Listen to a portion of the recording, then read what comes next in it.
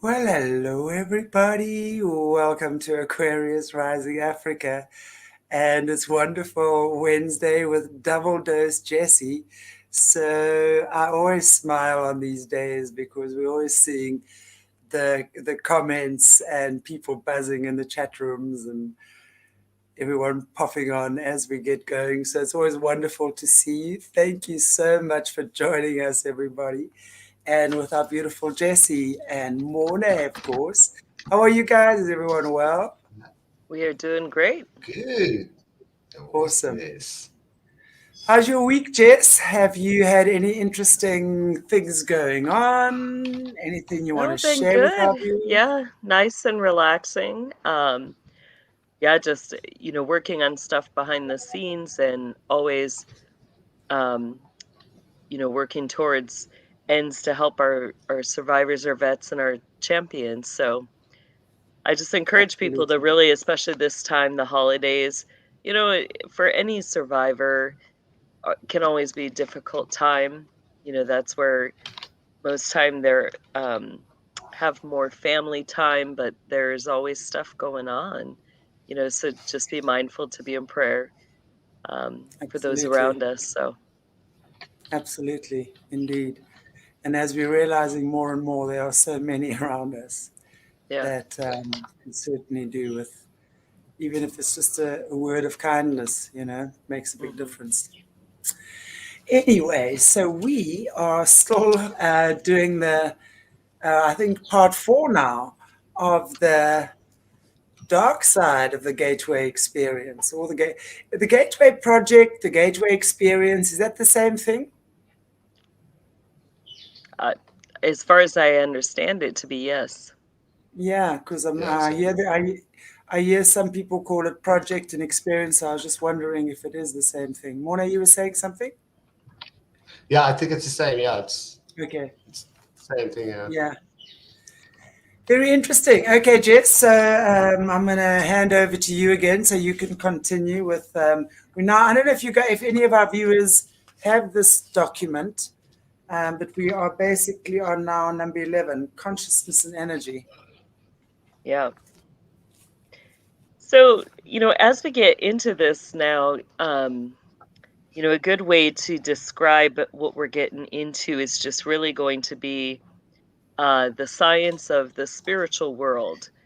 So that's what these next sections, they're kind of, explaining that interface between how we've been thinking about these things scientifically in the physical, and then how it transposes into um, the spiritual world. So we're on section 11, which is called the consciousness and energy.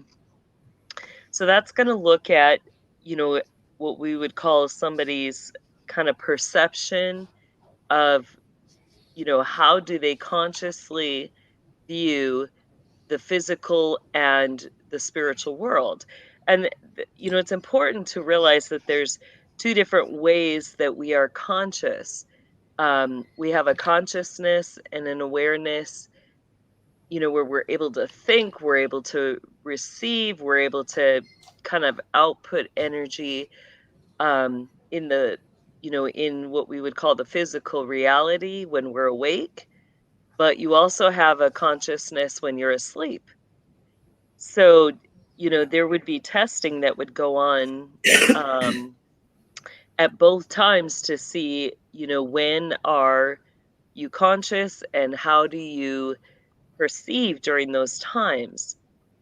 It says, before explanation can proceed any further, it is essential to define the mechanism by which the human mind exercises the function known as consciousness, and to describe the way in which the consciousness operates to deduce meaning to the stimuli which it receives. Um, so part of that, when you think about that, when they're doing experiments on people who are sleeping, there's a conscious awareness while you're going through that, whether you're dreaming or whether you're out of that dream state. And how do you, or, what's your thought process? How do you remember when you wake up? Do you, remember your dreams in full? Do you not remember anything at all? So all these things are going to be looked at.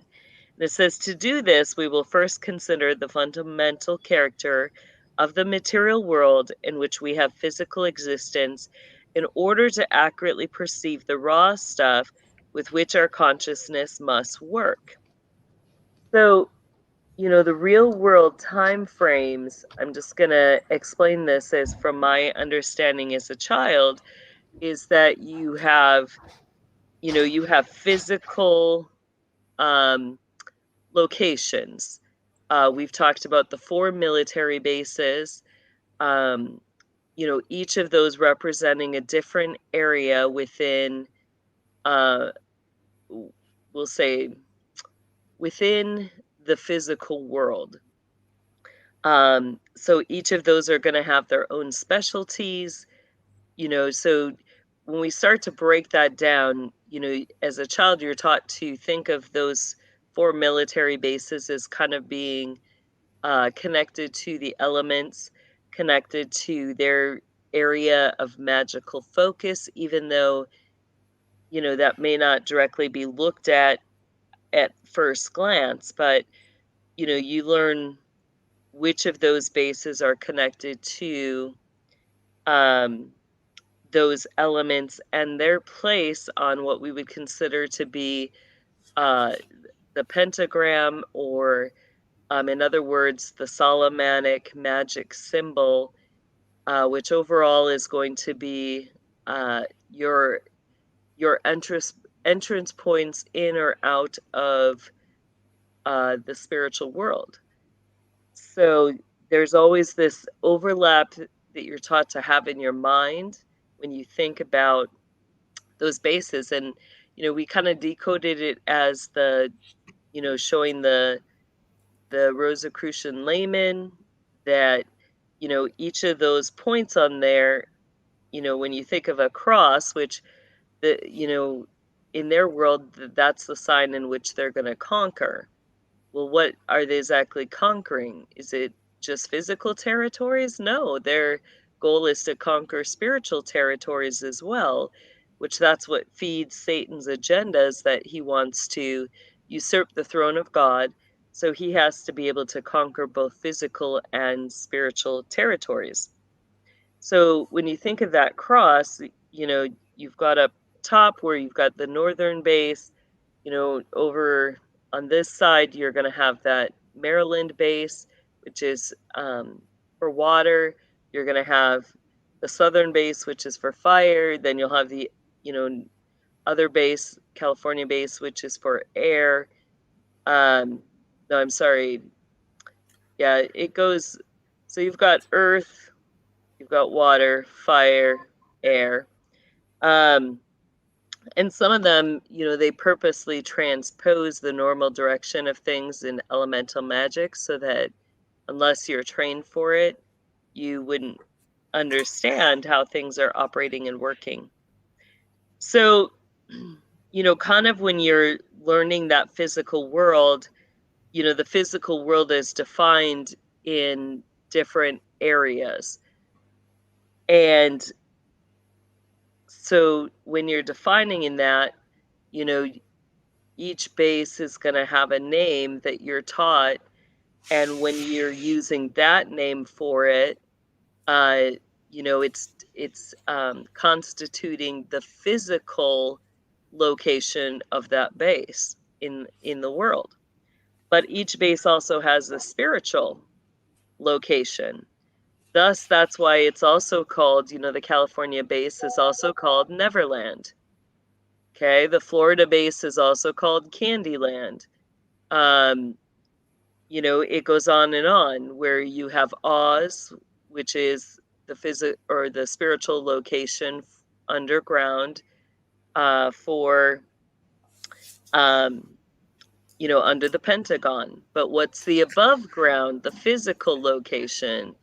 So if you're saying go to the Pentagon, you're talking about the physical location of that same spot. But, yet we think, how can it have a physical and a spiritual location? But It does. And does some of Oz, manifest physically? It does.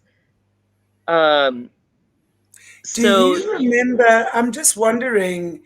There was a TV series many years ago called Oz, OZ, mhm. and it was about hardened criminals in this jail called Oz. I'm just wondering, with there's so many correlations to these things, would there be any connection to anything like that? I don't know if any of the viewers remember that. It There was could be. It'd be interesting. I haven't seen it for years. It would be interesting to see if it does, if there is that. So, because it was quite shocking. I remember that being a pretty shocking, very violent, very graphic hmm. series. It was on late at night, and I remember once or twice catching it and really just watching because it was so raw. So Mhm. when you talk about Oz, it immediately makes me think about that. Hmm. Yeah, it'd be interesting to look into that in the future. Yeah. Um, but anyway, so each designated space, you've got two entirely distinct existences, basically, but technically those existences are both in the physical world, even though um, you can't necessarily see that all the time. It says, indeed, if the term matter is taken to mean solid substance as opposed to energy, which is understood to mean a force of some sort, then the use of the former is entirely misleading.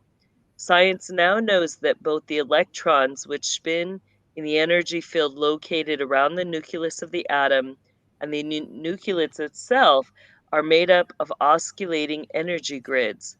Solid matter, in this strict construction of the term, simply does not exist.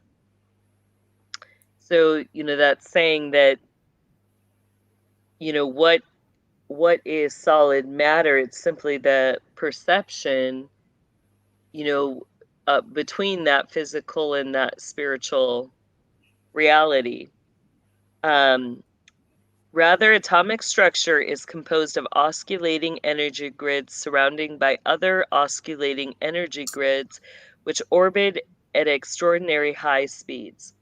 So, we've talked about, if you could imagine this, it's like imagining a globe, and that globe constantly has all these energy lines orbiting in every direction around it, or kind of like a rubber band ball, where you have all these rubber bands wrapped around it, each their own distinct, energy grid, and each vibrating.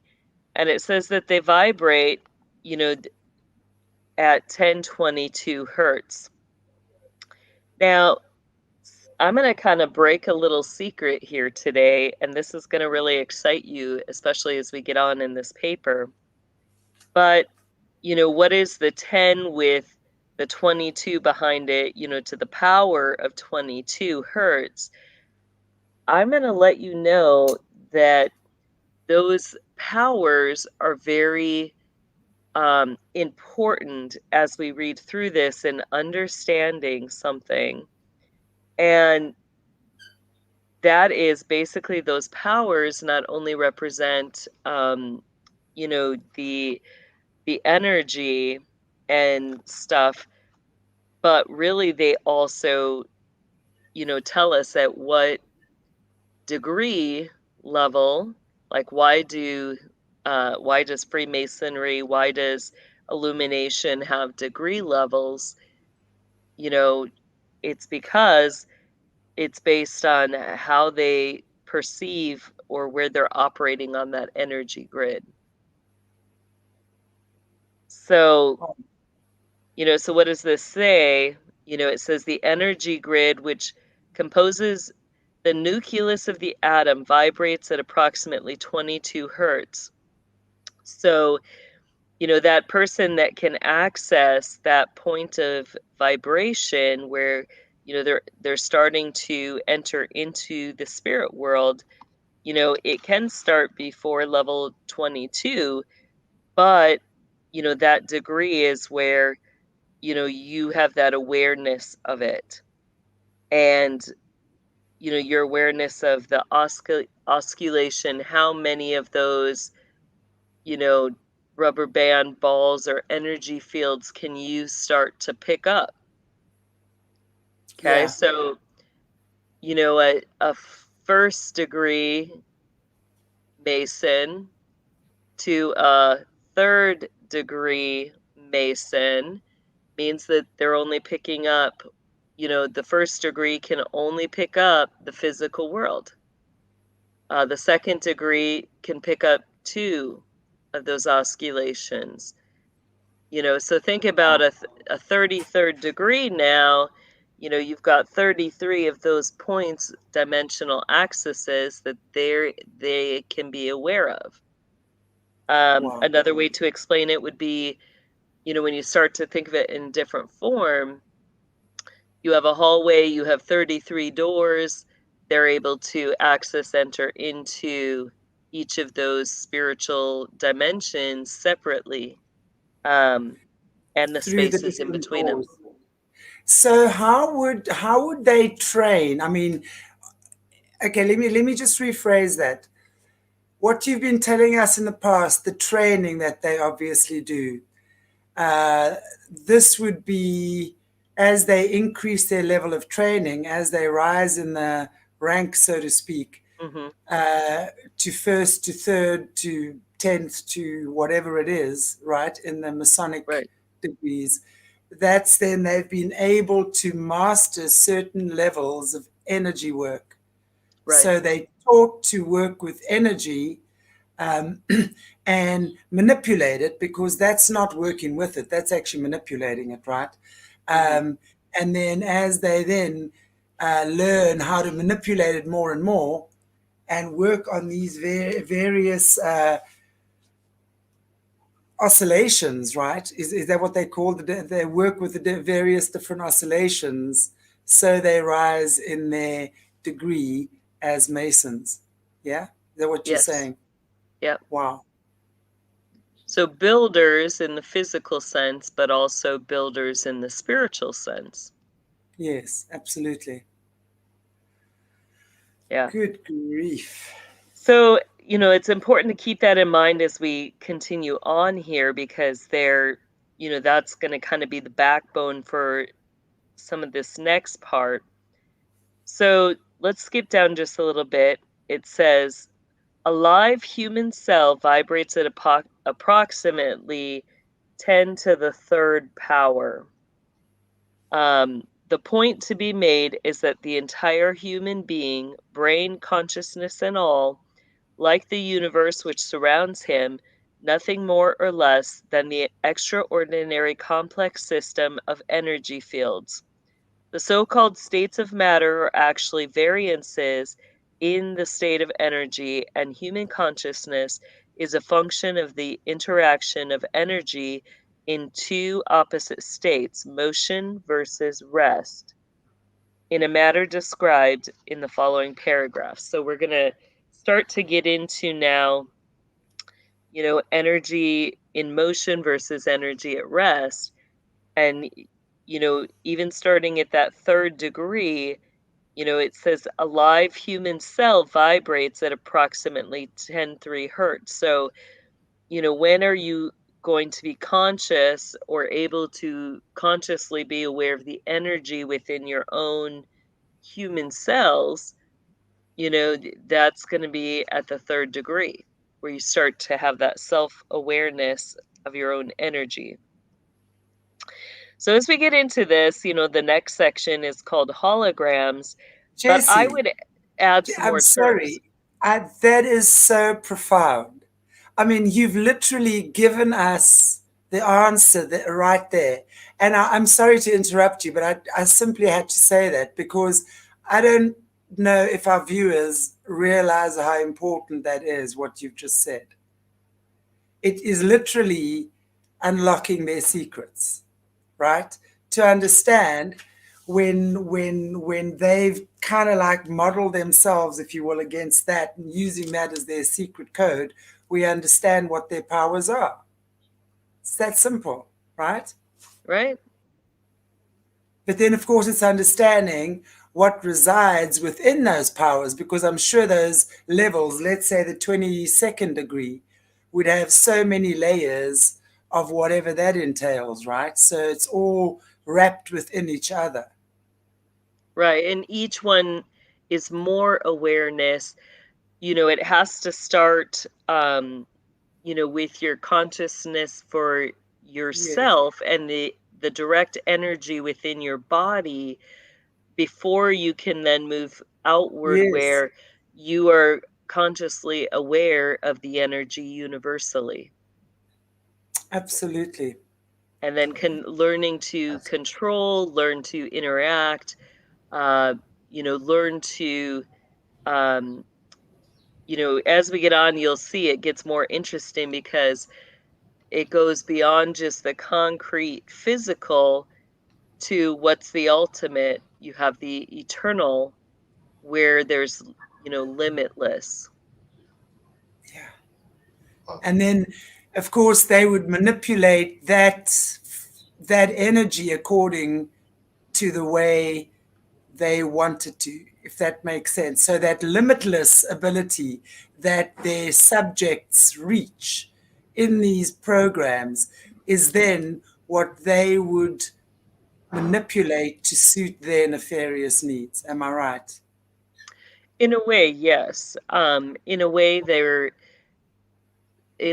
have no control over that last phase, because really what you have, what is limitless, if we were to relate it to other terms, you have the resurrected body, the transformed body, which is the eternal body, which God has created to live and dwell with him. So that's really what they're, trying to control, is that eternal body that God has given to each of us. And eternal being limitless. So hence their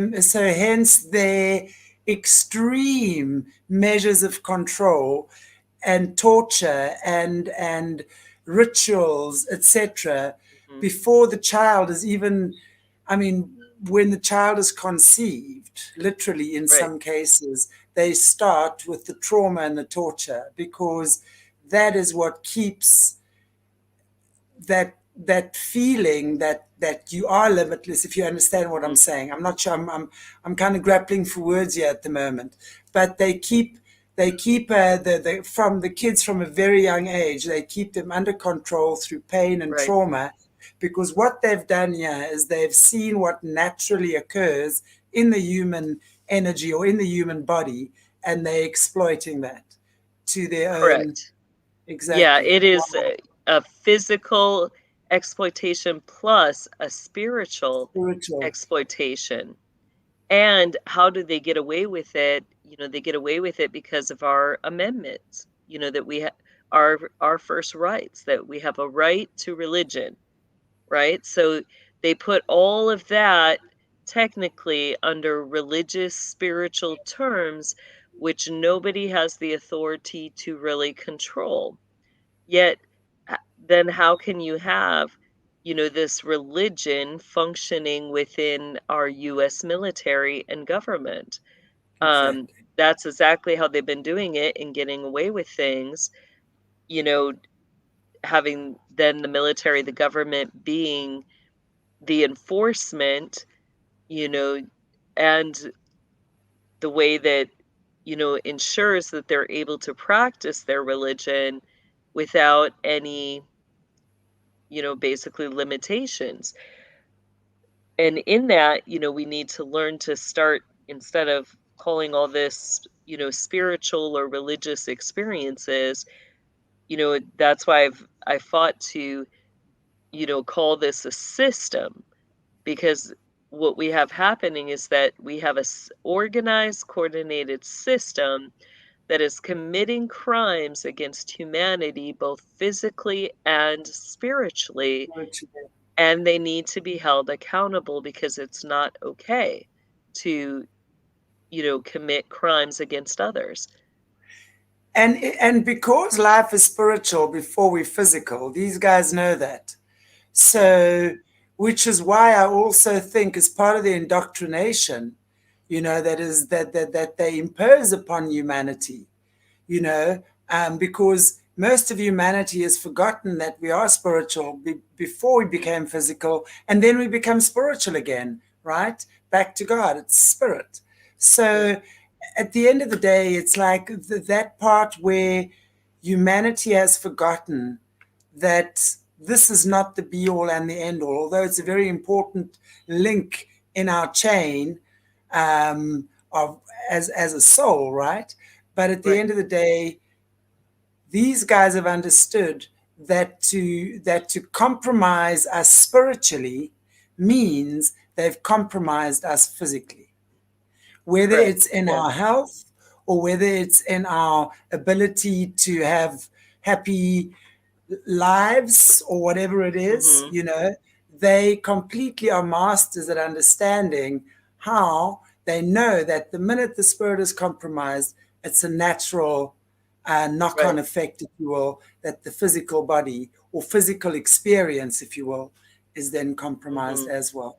Very, very clever. And that's why we keep saying, get back into alignment with God, spirit, pray, whatever, it's that connection that is the thing that saves us at the end of the day, in my opinion.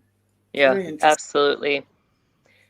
So in this next section that's labeled holograms, really what it's about is the perception of self in the spirit world. So, as they go on with, studying an individual's consciousness, whether they're awake or asleep, they're going to look at what is their perception of self in the spirit world. So here's where you get into, some of the other terms. They use the term hologram, but some of the other ones that they do use as well is avatars, paper dolls, characters, altars. Then you also have, I guess, what we would call, in every set of these projects, they're always going to have some that are singulars. I don't know what else to call it, but we're going to call them singulars, where, these are the individuals that have a very solid view of self, whether in the physical or the spiritual, whether awake or dreaming. They see themselves as themselves. So as we get into this, it says energy creates, stores, and receives meaning in the universe by projecting or expanding at certain frequencies in a three-dimensional mode that creates a living pattern called a hologram. The concept of the hologram can be most easily understood by using an example cited by Bentoff, in which he asks the reader to visualize a bowl full of water into which 3 pebbles are dropped. As the ripples created by the stimulus entry of the 3 pebbles radiate outward towards the rim of the bowl, Bentoff further asks the reader to visualize that the surface of the water is suddenly flash frozen so that the ripple pattern is preserved instantly. Now, with that, we know that everything has energy. Everything vibrates at a certain frequency, which is measured in hertz. Everything has a pattern. I encourage people, you can do a lot of research on, vibration resonance through sound. And, as certain sounds are played, like some of the videos will show, like, these boards, sound boards with sand on top. And as they change the hertz or the vibration level, you'll see these different, very distinct patterns form. Okay. Now, when you think about that, though, here's where we get into the distinguishing of soul resonance.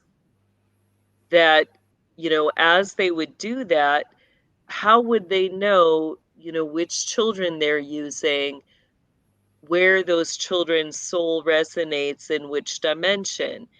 This then goes back to some of the former shows we've done where we talked about diamonds and lace.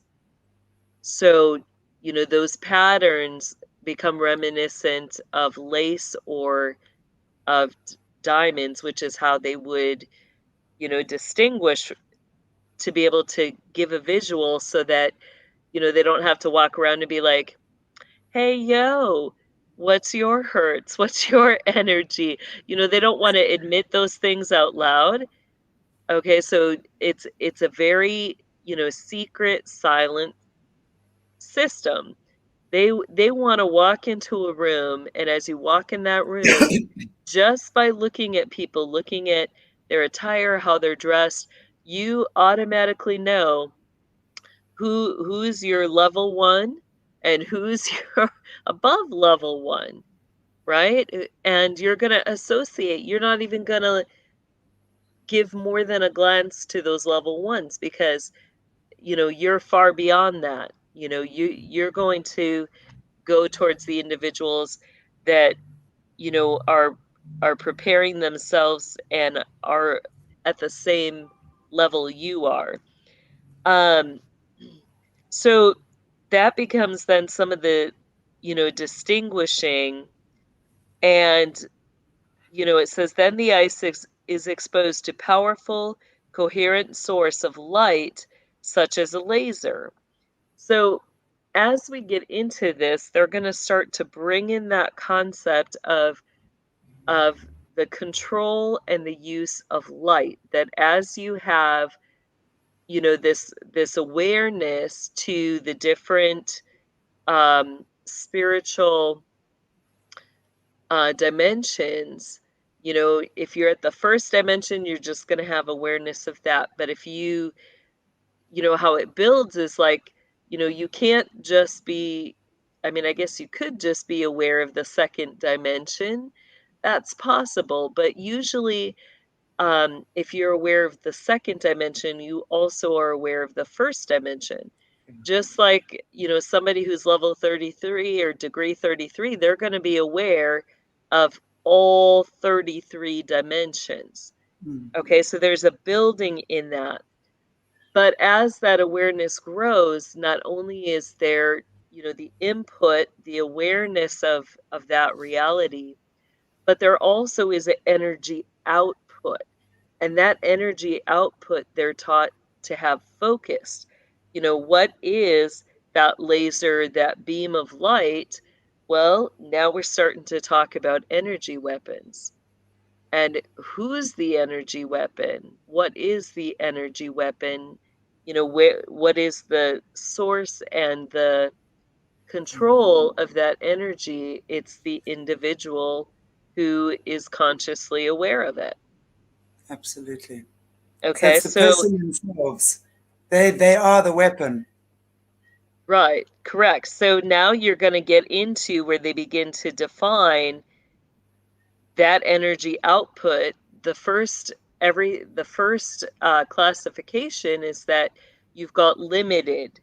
Okay, so let's say that person is aware of, let's just say for fun's sake, they're aware of the 3 dimensions, and their limited energy is that they can poof, make a little fire in their hand, right? But then that fire, they can focus, they can make that a laser beam of light. Yay, they've got control over one laser. Okay, so that's going to be limited access or limited energy. But what is the potential of that? It can be limitless. How much energy output can one person do? How many rays of light? Well, now you start to get into the higher enlightened self and their symbology of the sunshine with multiple rays. And, they're going to begin looking at, with that energy output of that laser of light, how much of that focused energy are you able to output? How far can it go? Can you just use that energy to, you know, to direct it towards a chalkboard or towards a point that's in the same room with you? Can you focus that energy where then, it's manifesting in the room next to you? Hey, can you go beyond your building where you're in your city or your state? Can you go across multiple states and keep that same energy flow? Can you connect now to satellites and manipulate that laser energy flow in multiple directions, targeting multiple places around the world? So they're looking at what are the limits in that energy control. And Limitless. Yeah, they're looking for limitless, aren't they? right, so here's where we get then into some of, the fracturing. And, we talked about, that perception of self, in that, they're going to encourage you with the holograms, the avatars, the paper dolls, the characters, the altars. Each, I wouldn't say it's necessarily left up to each child, because, in some ways it's the scientist, it's whoever is working with that child. But here's, the next level of that is that, you know, depending on the programs, so the initial program that was trauma based, they're fracturing or splitting the mind. They're they're teaching, that individual to compartmentalize their mind, which each compartmentalization is going to come with a created altar. Um, so, what is that altar's ability? And in a way, can they then multiply the energy output by having that individual believe that they are more than one person, essentially? That, when they're gathering in a ritual, maybe one individual is now representing, 2 or 12, right? So what is the energy output then, and what is the control level? And when you think about that, the tax on the physical body with that type of abuse and experimentation, you know, it it's you know, it was very common in the 50s through, the end of the 50s through the 80s, where, what was the body's taxing response to such harsh treatment? It was that, the individual would mentally give. They would break. Yeah. They couldn't function as one person, but functioning as, 5 or 10 or 12 all the time. They couldn't function that way. So the system had a problem. They were breaking more people than they were keeping useful operating people that could be used in operations. That's how harsh the abuse was. And we're just, talking about it kind of from their own terms, um, the issues that they were dealing with. And, you know, so they had to find a way to control that. They tried to fix, they would reprogram people, try to keep them functioning. But really, what was the limit? And this is kind of interesting. Um, the limit was around 30 years. And then the individual would start to break down to where, they weren't operational or functional or useful for the system anymore. in that capacity. So, that's a long time, but it's interesting that kind of there was a cap on that. And 30 years was what they got. And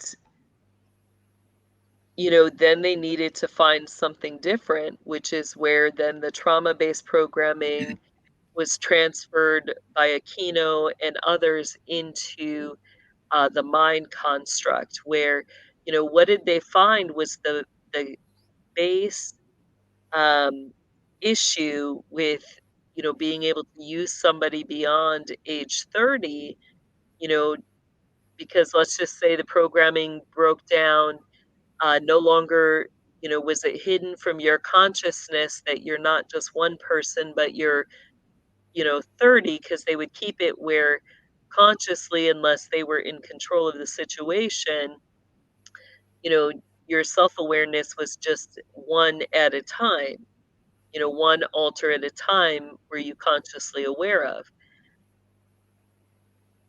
So as that program broke down, people became more and more aware of their complex selves. And, Is you know, this what we're seeing in a lot of the celebrities at the moment? With a lot of we often see like them breaking down. I mean, commonly Britney Spears, Miley, Kanye West recently. These are just the recent yeah, ones. But if we look at years gone by, for example, and we're just looking at the celebrities, because for me, that would be the most common place they would use their puppets from what we can see, because they're right, so on display for the world. So if we go back, let's say to the 50s with the Marilyn Monroes and stuff of the world, there was definitely the odd one like Marilyn Monroe, mhm, for example. But we're seeing a lot more of that recently, of yeah, people just having meltdowns and stuff. So it makes a lot of sense what you're saying, that it's actually breaking people. They've used people as lab rats to see how far they could push this infinity, right? And right, then this is the results. With there's a lot of very broken puppets that they've used, and not just their puppets on display, but just the people that they've right, tested on behind the scenes for all these decades. I mean, this is yeah. shocking. It's shocking, So, actually. the biggest thing they were fighting against in all that was the human will, because God has given us each a personal will. And so, in the trauma-based programming, it's a program that, you know, thrives off of forcing an individual's will through trauma. So that's when Aquino in the 80s they went to the mind construct, um, you know, where in that the person is they get the will to agree to things, to agree to, you know, entering into this physical spiritual reality, without having to do the trauma-based programming. They apply to your morals, to your ethics in a way. So that's where some of the difference is, seeing if they would get a longer, um, more longevity in the use of energy in that by applying to the morals.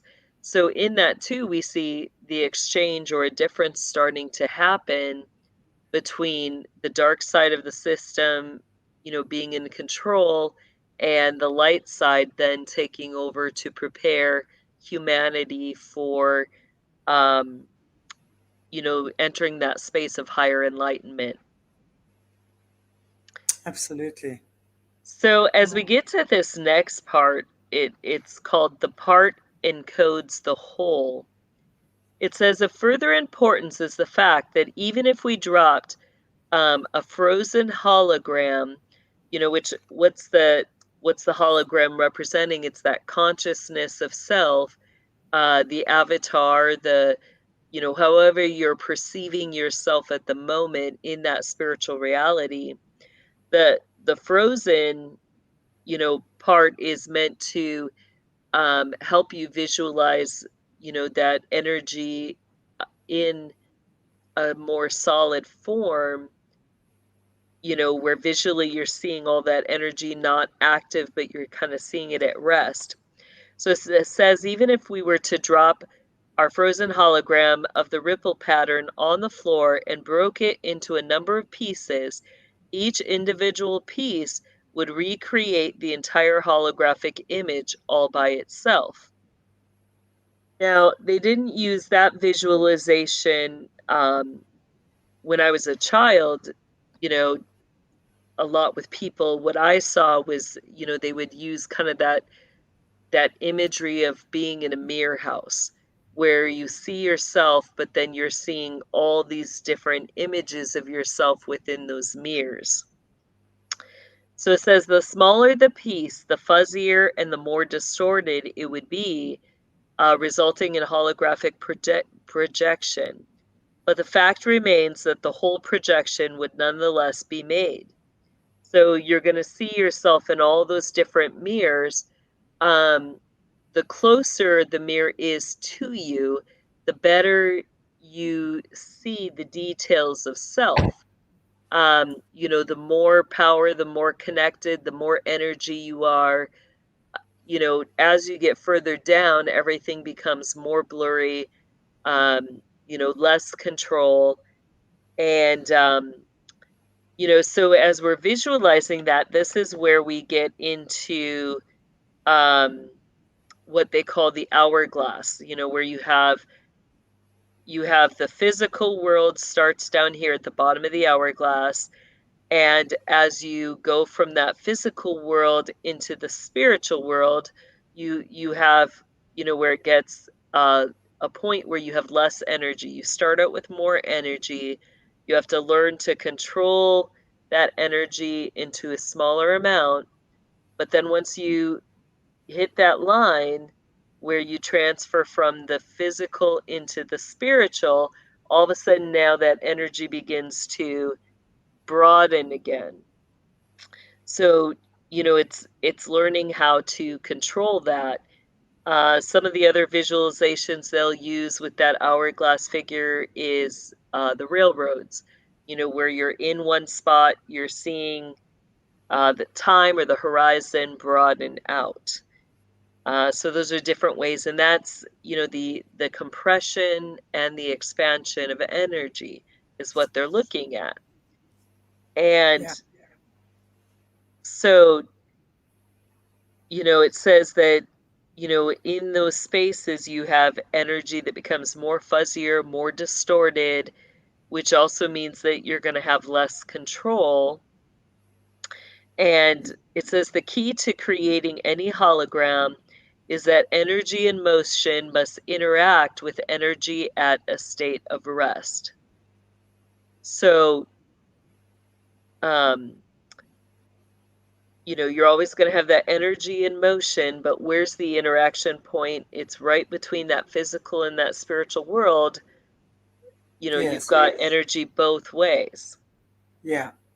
So that then becomes, when we're thinking about this another way, to describe that hourglass, you have octave sound, okay? And how they do it, is that beginning point at the full expansion is going to be your O, which is, that's your bass sound. It's connected very low. That's your grounding sound.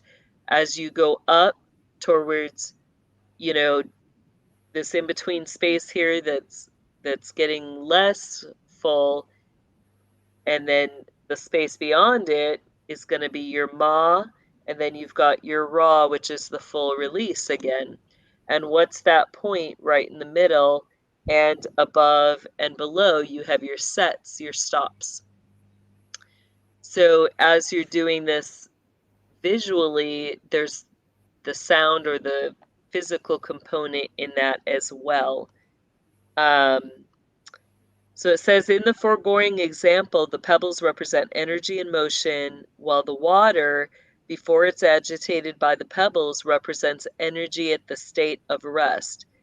to activate, or in effect, to perceive the meaning of the hologram or the energy.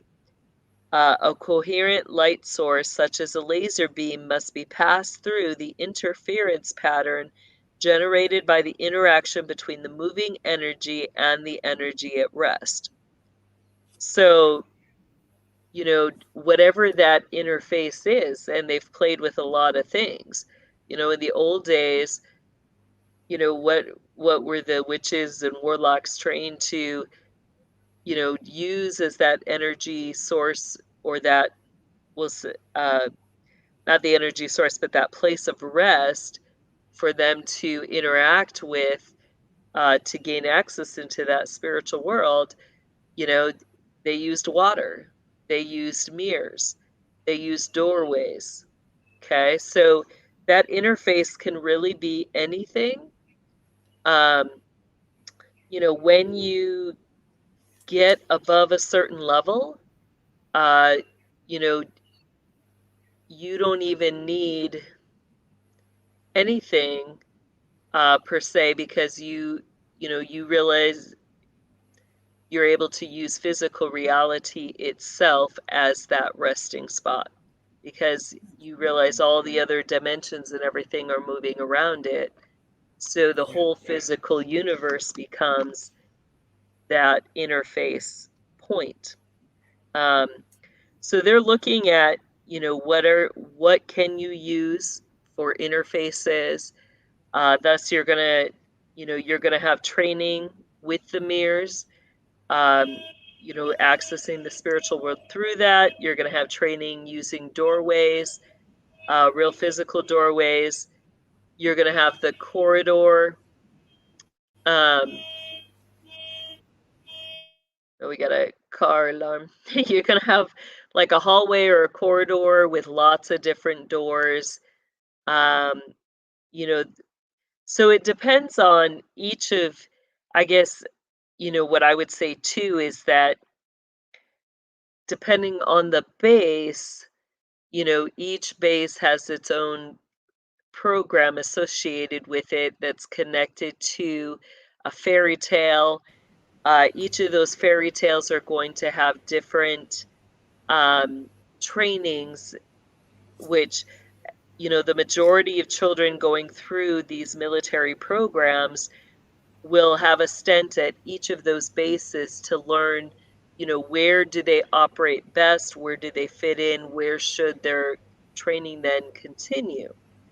So like the California base, which is connected more to water, you're going to learn more, access points that are going to deal with water or air, which is another form of, you get a lot of water in the air. So it's just going to depend on what your specialty is.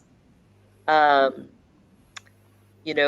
northern base is going to focus more on earth, or, ground, rock, more stationary elementals. You also have the bases that, their specialty is going to be ice, which is a whole different form of water. So that's kind of how that's broken down. So we're going to skip, let me see where there was one more I wanted, maybe that was the part. No, so I want to get into, like they kind of in the next sections, they just begin to talk about consciousness of the matrix. And, really it's just, how does that consciousness work? How is a person processing both the physical and the spiritual world? That is going to kind of be considered the electromagnetic field, which we talked about. I've shared that electromagnetic field beyond the physical, that would be at these projects or experiments. You would always have what I call the witchy force, where you've got the people that are chanting, they're singing, they're moving, they're dancing, they're doing orgies, they're creating that sexual magic in order to help create more energy that you can access in these things. And then, the other consciousness, if you can see it, is the demonic or the angelic realm. And that's going to be what they classify as the magnetic force.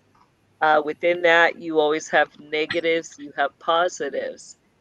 So that's going to be based on, the type of energy that you're accessing, and its pull, its movement in the spirit world. And from my understanding, the positive energy is more expansive, where the negative energy is going to be more pulling. So it'll be more focused in self, where the other one is able to output more. So it talks about the brain phase in that. I really, we can kind of skip over that part. But they do have an interesting picture as they talk about the brain phase there. And I think that is another imagery. It gives kind of that, kind of a different shape. But what we were talking about with all those energy awarenesses, that's another way that they show that energy perception and awareness. Yes. All right, so here's where we get into the fun part. And I want to read this entire section because I think this is where it's going to really connect and break through for a lot of people in their understanding. But it's titled The Time-Space Dimension. And it says, up to this point, our discussion of the gateway process has been relatively simple and easy to follow. Now the fun begins. The gateway involves more than just perception of those aspects of the universal hologram which can be accessed in the dimension of time-space as we know it. To explain how and why the human consciousness can be brought to transcend the limitations of space and time is the next task which we must address. To do this, we must first appreciate that time and space are, or what time and space are, in order to understand how the dimension that they constitute can be transcended. Physicists define time as a measurement of energy or force in motion. So in that, let's begin to think about, they've got on the next page kind of a example here that we're going to use. Okay, so this is representing, where we see the lines going up and down. That's representing energy in motion. And then the straight lines that we see in between are measuring energy at rest. Now, if you're really paying attention to all this, what are we getting into? We're getting into the resonance. So think about the Schumann's resonance. What, when it's talking about the resonance of the earth, I would propose really, in our mind, that makes us visualize that the earth has a voice, which it does. But I think that they're measuring far more. And as we begin to unpack this a little bit, you'll understand what exactly they're measuring on that Schumann resonance, and why it's used as a communication board. So to explain how and why human consciousness can be brought to transcend the limitations of time and space, to do this, we must first appreciate that time and space, or what time and space are, in order to understand how the dimension that they constitute can be transcended. We'll skip past a little bit further here. In other words, it is a measurement of change. So the change between energy in motion and energy at rest. However, in order for energy to be in motion, it must first be limited in some way within the confines of some sort of vibratory pattern so that its confinement gives it the capacity for being contained at a specific location, which is distinguishable from other locations or other spaces. So, first you have to be at rest at your location. All energy will, have a starting and a stopping point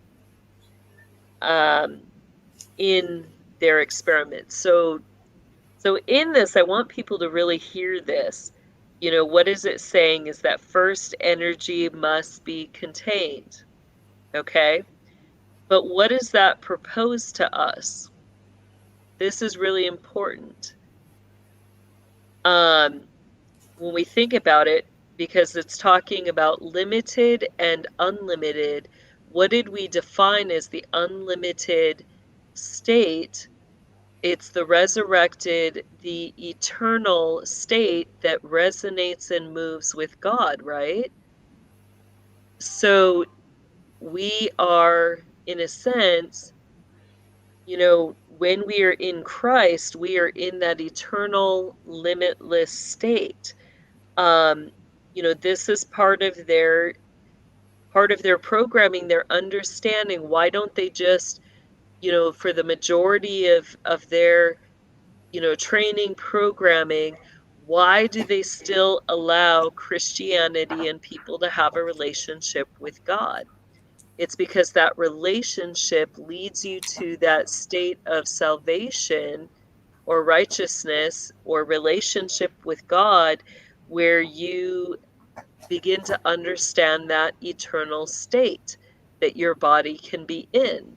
But in that, then the abuse starts, where they want you to believe that, you have to earn that state. You have to earn that final state, which is not what Scripture says. It says it's a free gift. God gives it to all. All we have to do is receive it.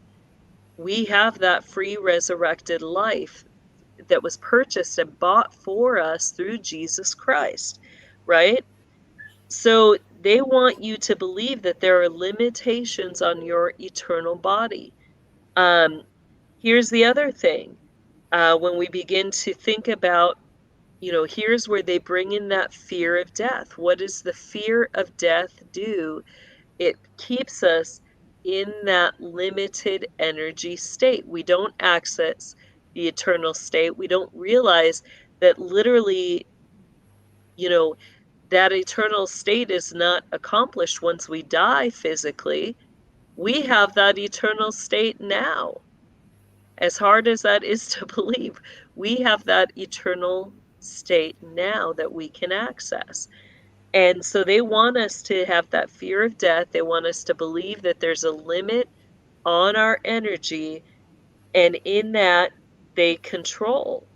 So this is part of the spiritual abuse. It's all to keep us from understanding that we have that eternal state now. And, so that's part of when they talk about, that first energy has to be contained.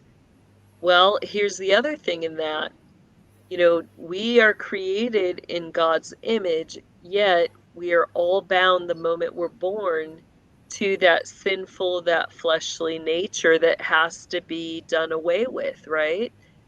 What is that confinement of that fleshly nature?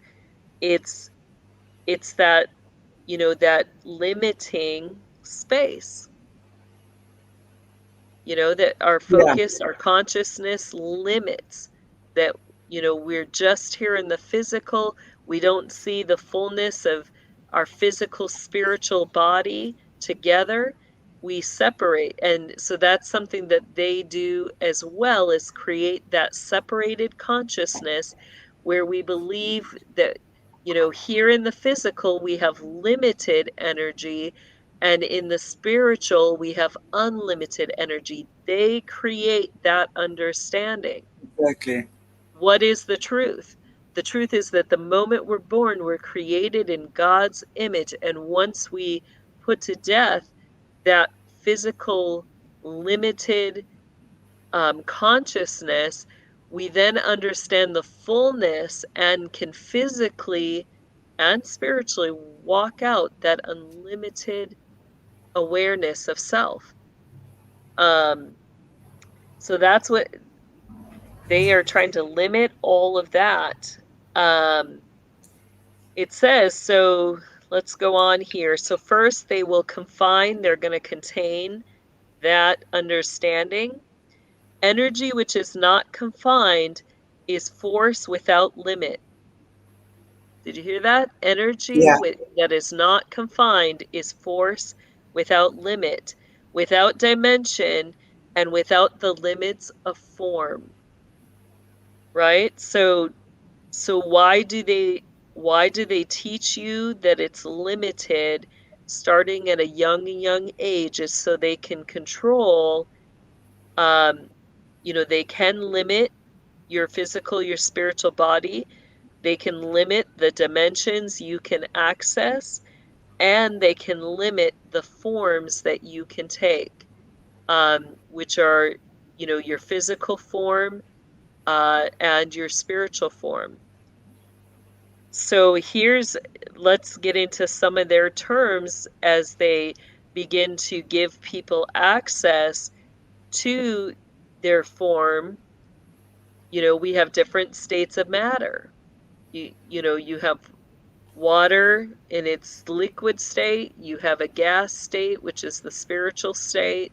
You also have ice, but they call it, the different, we'll say frequencies, vibration of the spiritual self are called terrestrial, is the base level. Then they get to extraterrestrial, which is unlimited energy, unlimited form. What? You kidding? Are you being serious? That's what it actually is. I'm being serious. I need to think about that, because that's just bizarre. I mean, I don't even know what to make about that, honestly. I mean, it's crazy. So terrestrial is going to be more physically grounded. Extraterrestrial is out in space, right? Yeah. Yeah. Wow. So, but think about that. Where is the energy focus for terrestrial? It's here on the physical earth, the, one dimension. Where is extraterrestrial focused? It's focused interdimensionally. There is no limit to the dimensions, right? Yeah. So when they talk about extraterrestrials, what are those warriors' capabilities with their physical, spiritual states of matter? They've learned to master, dimensions, space, which also would mean then, if they've mastered not being limited by time or space, they're able to convert their physical body into their spiritual state, or vice versa, at will. So extraterrestrial, I would propose, is it is a being, but you're talking about degrees of illumination. Yes, You're it's a talking about terrestrial people. being who has the ability to project his or her consciousness, right, into, I wouldn't say limitless, because they might probably think it's going to be limitless, but to beyond the limitations of their physical body, into various areas or portals or whatever it is, wherever they're good at. I would imagine this would also be where the kids, etc., would be tested to see where their gifts or their strengths lie, right? So they would then be considered extraterrestrial in certain areas. So it's not these little funny green men, right? No. And oh no! how damn disappointing.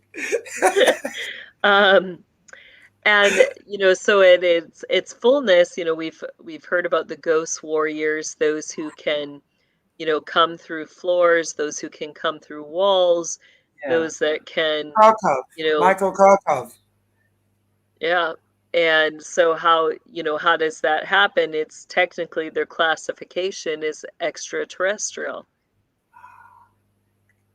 And then do they have a secret little number, like I'm an ET33 or like a 99 or something? Do they have like a secret little ET number that only at they that know? point they begin to get into how they measure that, is, I guess, in degrees. So you would have 30 degree, 60 degree, 90 degree, 180 degree, and 360 degrees illumination.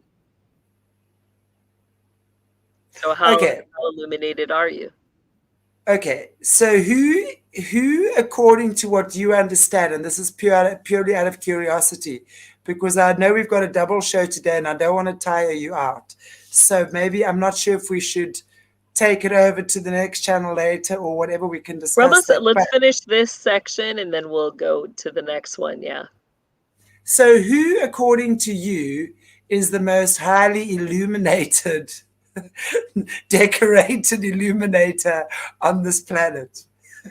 Well, I mean, you have a bunch that are at 360. I don't know if there's one higher than the other per se. They've all kind of reached that same, we'll say that same point, or that same definition of illumination. So you have multiple individuals who are at that very skilled, so I don't think there's just one. But so now when we're looking at, like a couple of weeks ago, we spoke about it on this channel about those creepy things that are appearing out of nowhere, like those ETs, right? That these people saw in their garden. Right. Okay. So what are we looking at there then? How does that connect to this? Well, you have in that, in these programs, not only do you have human beings learning different degrees of illumination, but, kind of working the opposite direction from, that full illuminated state to the lessening illuminated state, which then can manifest physically. And it doesn't mean, it's not a demotion. I'm just trying to find a way to put it into words. But you have spiritual beings as well. But they can change shape. So that part of illumination is them shape shifting, if you will, into these ET into physical forms. No way. That makes no sense. Why does it make sense? Total sense. Wow. Yeah. Guys. So you have the program works both ways, where you have physical beings that are learning to manifest as spiritual beings, and you have spiritual beings learning to manifest as physical beings. As physical. Wow. That's insane. Okay, we've got a lot of food for thought. Yeah. All right. So let's just quick finish this last little part of the paragraph. And it says, but if energy, so how they measure that, what is the limitless space of energy? It's considered infinity. Okay. So now when you think about this, think about companies, energy companies, look into that infinity loop, right? Limitless energy in both the physical and the spiritual. There are no boundaries, no here, to differentiate from there, no sense of area. Energy in infinity means energy uniformly extended without limit. It has no beginning, no end, and no location. Okay? So that's important to focus on that. It has no beginning, no end, no location. It is conscious force, the fundamental primal power of existence without form, a state of infinite being. Energy and affinity is said to be completely at rest. Isn't that interesting? So think of scripture where the Lord tells Israel, "You shall not enter my rest." On the seventh day, God created rest, infinite energy, that place of infinite energy. So scientifically, for all of you who have been wondering if there is a spirit world, life after death, we've just scientifically proven to you eternity. Energy and affinity is said to be completely at rest, therefore cannot generate holograms so long as it remains utterly inactive. It retains its inherent capacity, so that means it's reached its full capacity in that eternal state for consciousness. So there, it's reached its eternal or its capacity for consciousness in that it can receive and passively receive holograms generated by energy and motion out in the various dimensions which make up the created universe, but it cannot be perceived by consciousness operating in the active universe. Energy in this state is inactive infinity, is termed in by physicists as energy in its absolute state, the absolutes. So that these terms are going to become important as we read into more. Like I've brought forth the Star Wars Now project, which scientifically describes, what happened in the weaponization of children on April 24th, 1984. And they talk about these terms, absolute. So is there a point, a place, where technically children in unlimited form, brought forth or were able to show, witness, open up that eternal space, which is heaven, right? So the absolute state is what can open all those spiritual gates and that access to eternity, to heaven. Between the absolute and the material universe in which we experience our physical existence are various intervening dimensions to which human consciousness and altered states of being can gain access. Theoretically, human consciousness may continue to expand the horizons of its perceptual capacity until it reaches the dimension of absolute, at which point perception stops because the absolute generates no holograms of or about itself. So it just is, right? So we, through our actions and movement and etc., create the holograms and the patterns and whatever it is that are picked up in whatever it is that people are seeing. Makes perfect sense. That perfect place of stillness where it just is. And there's no conflict, there's no nothing. It's just that moment or that time, if you will. Wow. This is super interesting. I'm watching. Yeah, we got to get into the next few sections here because it gets even more interesting. So, are we going to do that on the show after this? Because we're going to do Q&A. But if you're happy to, we can continue on solutions at 3:30. Yeah, we can continue and then. Okay, let's do that then, guys. Give Jess a bit of a break. This is intense. And it's quite a bit to absorb. I mean, I'm still mortified that I don't have little aliens with big eyes floating around. And that could be Michael, what's his name? A kiddo or something, looking all cute, Right.